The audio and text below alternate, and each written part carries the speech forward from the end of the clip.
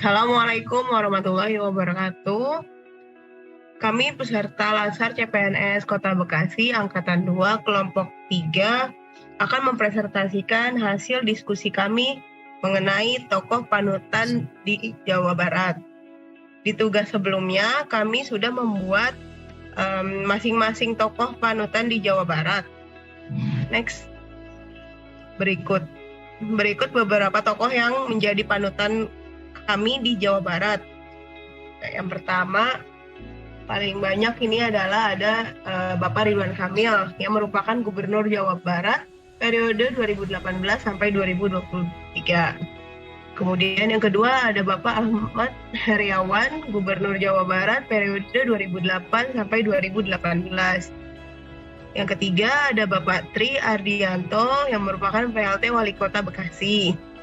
Kemudian yang keempat ada Taufik Hidayat, atlet bulu tangkis nasional asal dari Bandung. Yang terakhir ada Antoni Sinisuka Ginting yang merupakan atlet bulu tangkis nasional yang berasal dari Cimahi. Kemudian dari 5 tokoh ini kami sepakat untuk membahas core value berakhlak dari 2 atlet bulu tangkis nasional asal Jawa Barat. Next. Ya, dari Taufik Hidayat dan Antoni Sinisuka Ginting. Alasan kami memilih kedua tokoh ini adalah menurut kami atlet-atlet ini adalah pahlawan tanpa tanda jasa karena mereka banyak sekali memberikan prestasi dalam mengharumkan nama bangsa Indonesia di dalam negeri maupun di luar negeri. Tapi belum banyak yang mengenal mereka berdua. Next. Baik, lanjut ke slide selanjutnya, itu mengenai profil tokoh. Yang pertama, kami akan membahas mengenai Taufik Hidayat. Taufik Hidayat orang asli Bandung, lahir di Bandung tanggal 10 Agustus 1981. Dia mengawali karir di klub SGS PLN pada tahun 1996 dan berkarir selama 17 tahun sebagai pemain profesional. Selama perjalanan karirnya, Taufik telah meraih banyak sekali gelar, yaitu 27 gelar, dan gelarnya ini lengkap sekali. Ada gelar emas Olimpiade, ada gelar kejuaraan dunia, Asian Games, Piala Thomas, sampai gelar Super Series lainnya. Ya. Selanjutnya, Taufik ini terkenal dengan pukulan magic backhand smash-nya, dan dia ini banyak memecahkan rekor dunia ya. Salah satunya adalah dia bisa menduduki peringkat 1 dunia di usia termuda, yaitu saat Taufik masih berusia 17 tahun.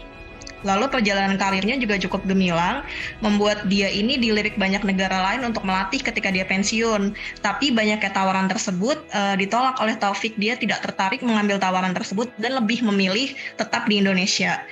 Dan setelah pensiun itu, Taufik membangun sebuah pusat pelatihan bernama Taufik Hidayat Arena yang ada di Ciracas, Jakarta Timur, dan dia bercita-cita untuk bisa mencetak banyak atlet bulu tangkis di masa depan. Selanjutnya.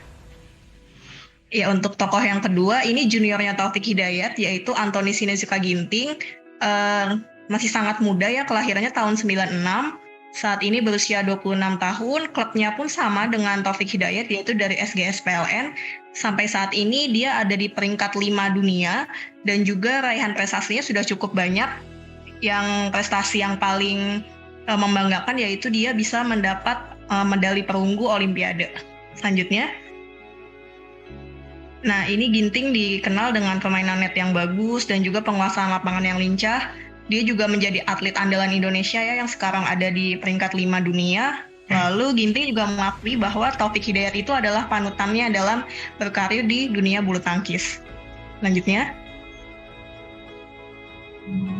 Baik, sebagai atlet yang mengharumkan nama bangsa, tentunya Antoni Sinisuka Ginting dengan Taufik Hidayat telah mengamalkan core value sebagai berorientasi pelayanan. Taufik telah memberikan pelayanan terbaiknya untuk mengharumkan nama baik bangsa di kancah dunia lewat usahanya, kerja keras, dan penampilan terbaiknya. Bahkan ketika setelah pensiun pun dia tetap bersumbangsi, yaitu melakukan berorientasi pelayanan dengan membangun pusat pelatihan bulu tangkis dan memberikan beasiswa bagi yang kurang mampu tetapi memiliki potensi menjadi atlet masa depan Indonesia. Begitu juga dengan Anthony Sinisuka Ginting. Ginting dikenal dengan permainan net yang bagus, berani, dan dalam menyerang dan pertahanan yang kuat. Walaupun postur badannya lebih pendek dibandingkan dengan atlet dunia lainnya, namun Ginting berusaha untuk memaksimalkan kemampuan dirinya dengan teknik permainan yang mumpuni dan penguasaan lapangan yang lincah.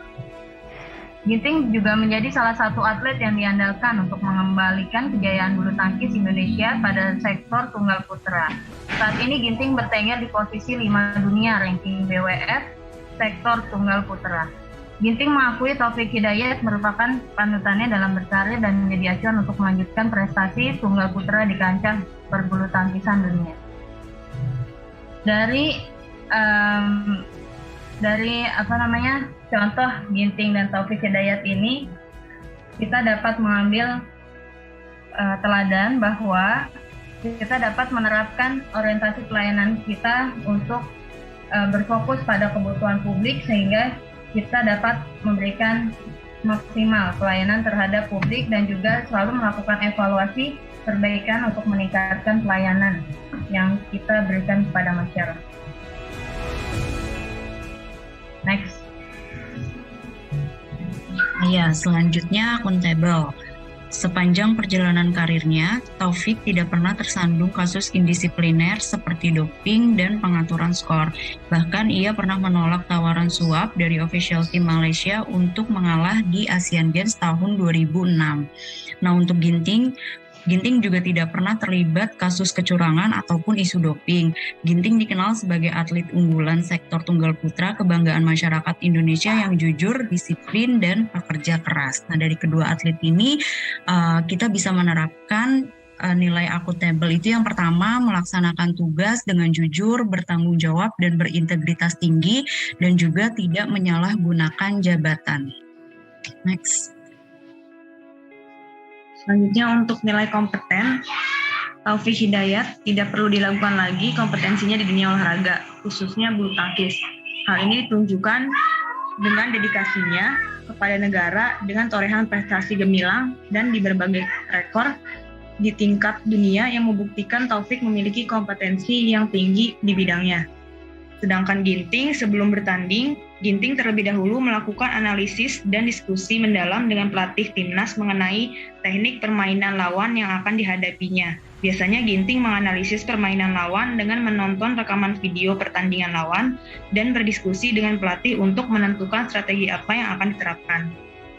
Dari tokoh ini, dalam menjalankan tugas sebagai ASN, penting bagi kita memiliki kompetensi dan keterampilan baik dari segi manajerial, teknis, dan sosiokultural.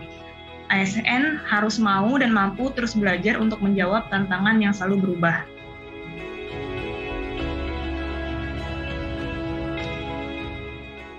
Dari segi keharmonisan yang ditampilkan oleh Abang Taufik Hidayat dan Anthony Ginting adalah mereka sama-sama pernah bahkan sering bertanding dalam kejuaraan dunia pastinya. Sering juga untuk bertemu orang lain, teman baru, sesama atlet, ataupun fans pendukung mereka yang harus dijalin dengan baik sesama atlet badminton yang profesional. Dan dalam pertandingan itu, menang atau kalah itu biasa. Jadi keduanya harus mempunyai jiwa sportivitas yang sangat kuat sehingga harus terus-menerus bangkit dan belajar. Kalau kondisi saat ini harmonis sebagai sesama individu yang bekerja di bidang pemerintahan dan bertujuan melayani masyarakat, sebagai calon ASN ke depannya harus mampu berbaur dengan masyarakat dengan berbagai latar belakang. Karena ASN sebagai pelayanan publik, selain itu Indonesia memiliki ragam budaya sehingga harus dimiliki oleh setiap ASN. Next.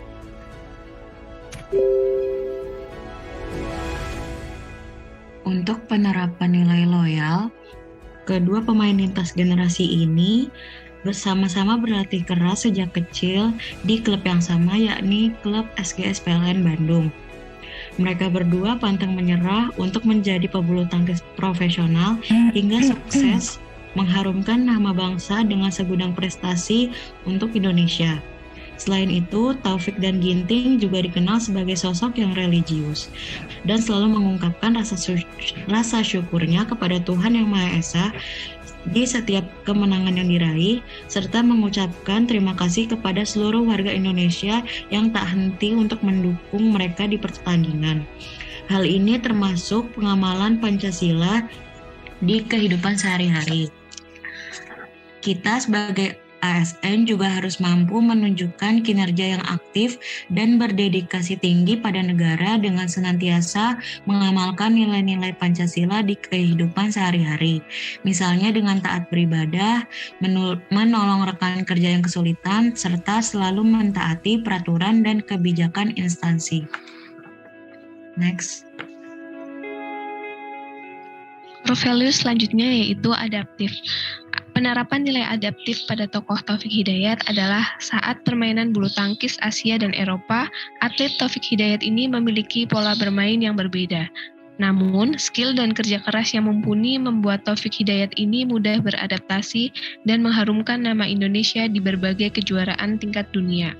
Sedangkan, penerapan nilai adaptif yang bisa diambil dari sini Suka Ginting sebagai atlet muda saat ini adalah adaptasinya pada setiap kejuaraan, baik segi cuaca, kondisi lapangan, lawan yang dihadapi, dan faktor yang menunjang kelancaran pertandingan.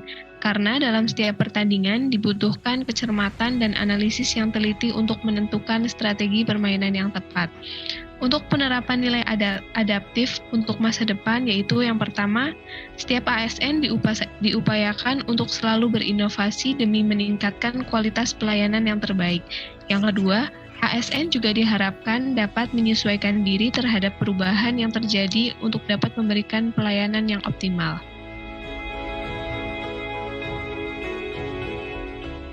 Untuk nilai kolaboratif pada nilai berakhlak yang bisa kita ambil dari Taufik Hidayat yaitu setelah pensiun, Taufik Hidayat berfokus membangun pelatihan bulu tangkis dan menerapkan prinsip kolaboratif dengan menggandeng kerjasama dengan brand alat olahraga ternama yaitu Yonex sebagai penyedia alat olahraga.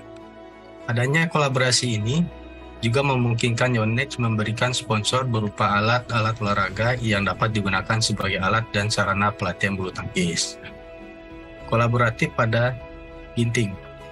Ginting ikut serta dalam menyumbangkan medali untuk beberapa kejuaraan bergu putra, di antaranya medali perak Asian Games di tahun 2018, medali emas SEA Games di tahun 2019. Ketiga, Thomas Cup tahun 2020. Dalam kejuaraan bergu dibutuhkan kolaborasi aktif antar pemain di tiap sektor baik itu tunggal maupun ganda. Penerapan kolaboratif. Hal yang bisa dipelajari dari nilai kolaboratif yang Taufik Hidayat lakukan adalah kita harus melakukan kerjasama bahu-membahu membangun strategi dengan pihak-pihak yang kompeten agar menjadi pemenang. Kolaborasi memungkinkan hasil yang lebih maksimal karena melibatkan berbagai profesional dengan keterampilan dan pengetahuan yang beragam. Hal ini membuat kita dapat melihat dari berbagai perspektif ketika kita dapat berkolaborasi memanfaatkan keahlian banyak orang. Tentu akan membantu menyelesaikan masalah lebih cepat dan mendorong hasil yang lebih baik dalam jangka panjang. Penerapan kolaboratif di masa depan yaitu pertama meningkatkan kesempatan dan keterlibatan dari berbagai pihak untuk meningkatkan kualitas pelayanan publik.